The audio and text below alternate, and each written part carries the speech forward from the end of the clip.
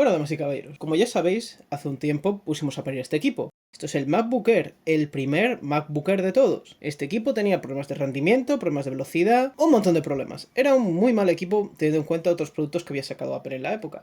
Era un pedazo de chatarra. Pero al menos la carcasa no se desintegraba y hasta cierto punto era funcional. Hoy vamos a hablar de un equipo que tenía muchos problemas. Vamos a hablar de los primeros portátiles de Apple. La primera serie de portátiles de Apple fue un desastre. Alguien dirá, el Macintosh portable no era un mal equipo. Hay un pequeño problema. Como dice el nombre, era un portable, no un portátil. Los primeros portátiles de Apple eran los Macintosh PowerBook, los Serie 100. Teníamos por un lado el PowerBook 100, que no lo hizo Apple, lo hizo Sony, así que ese no lo vamos a ver hoy. Y luego tenemos los que sí que hizo Apple, como por ejemplo este pedazo de chatarra. Esto es un PowerBook 140. Alguno dirá, está hecho polvo. Sí, y está mucho peor. Estos equipos son conocidos porque son de la peor basura que ha sacado Apple al mercado. Algo dirá, pero si se ve molón, el equipo tiene buena pinta y parece que tiene un buen teclado. Que bueno, he usado mejores teclados en portátiles, pero tampoco es el peor de los teclados que existen. Pero este equipo tenía muchos problemas. Para empezar, que el diseño de este equipo era pésimo.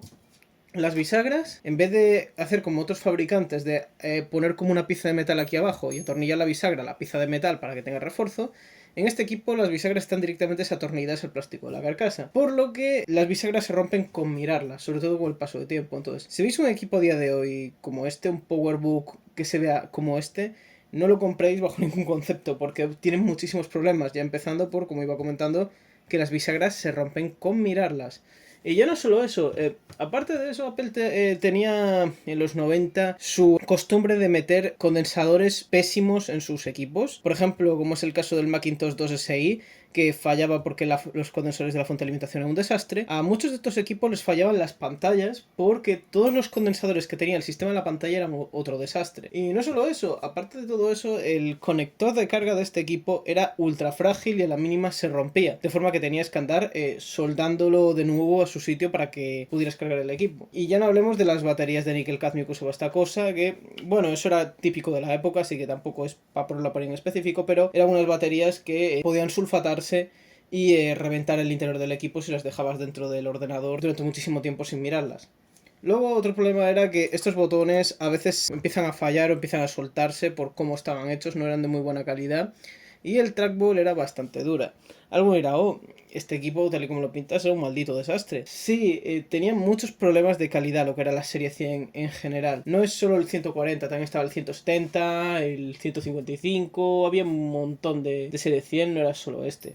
Eran equipos que muchas veces venían con lo que era MacOS 7, o a veces creo que podían llegar hasta 7.5 si no recuerdo mal, que era este pequeño sistema operativo que tenemos aquí, que era cuando en macOS empezaba a aparecer un sistema más en condiciones, aunque para la época de macOS 8 se vio que comparado con Windows 95 a los equipos de Apple les empezaba a faltar chicha, que ahí fue cuando se decidió sacar lo que era macOS X y todos estos rollos. Pero bueno, este es un portátil que si algún día lo queréis pillar por coleccionismo, tened mucho cuidado porque necesita muchísimo tiempo para restaurarlo y muchísimo cuidado, ya que las bisagras van a acabar rompiendo. Y no solo eso, hay más sitios donde los tornillos van a machete metidos en el plástico del equipo, lo cual significa que, como no tengáis cuidado, se puede reventar todo el equipo con mucha facilidad y prácticamente desintegrarse. Es más, este cuando llegó a mis manos estaba desintegrado, estaba en varios cachitos e intenté hacer un apaño casero para arreglar las bisagras.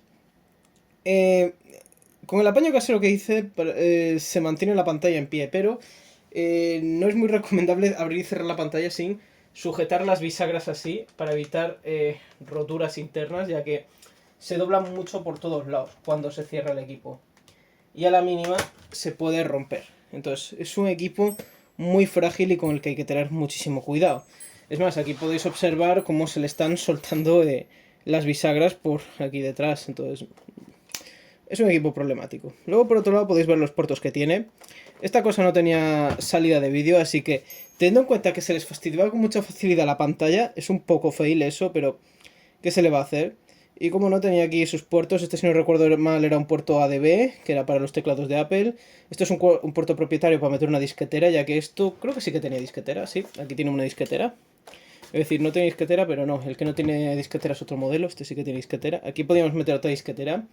Esto eran de audio y estos, si no recuerdo mal, eran para el fax y otras historias. Y este, como no, era el botón de encendido. Y aquí teníamos dos agujeros, que esto era para programadores, que era para reiniciar el equipo o hacer cosas de debug cuando petardaba el sistema operativo.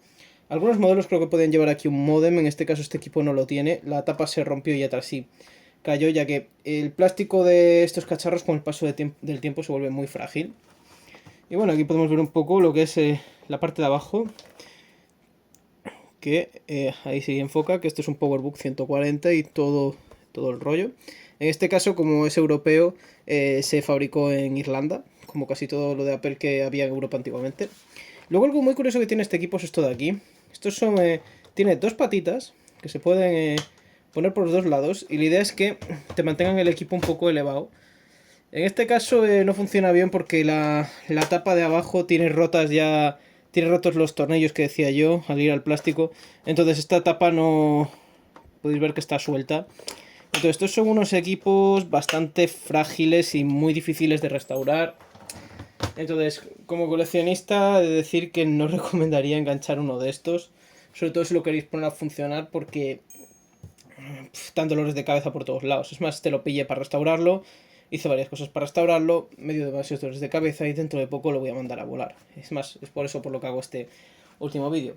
Es un poco para hablar de que estos equipos no eran muy allá en calidad. Digamos que Apple en esta época, más de una cosa que tenía muchos problemas. En especial lo que comenté antes de los condensadores, ya que en esta cosa se podían fastidiar los condensadores de la propia pantalla, los condensadores del inverter y más cosas. Es más, en algunos modelos, no en todos, había un problema con la fabricación del panel que había, y era que había quedado como condensación dentro, o había quedado algo de. No sé muy bien cómo era la historia, pero que cuando el ordenador llevaba 15 minutos encendido, se empezaban a oscurecer los lados de la pantalla y se empezaba a dificultar un poco la lectura de lo que había en pantalla. Así que eran unos equipos bastante malos, diría que son peores que el MacBook Air, porque al menos el MacBook Air, dejando aparte de todas sus carencias, aún a día de hoy funciona y si los cuidas no empiezan a desintegrarse como el PowerBook Serie 100.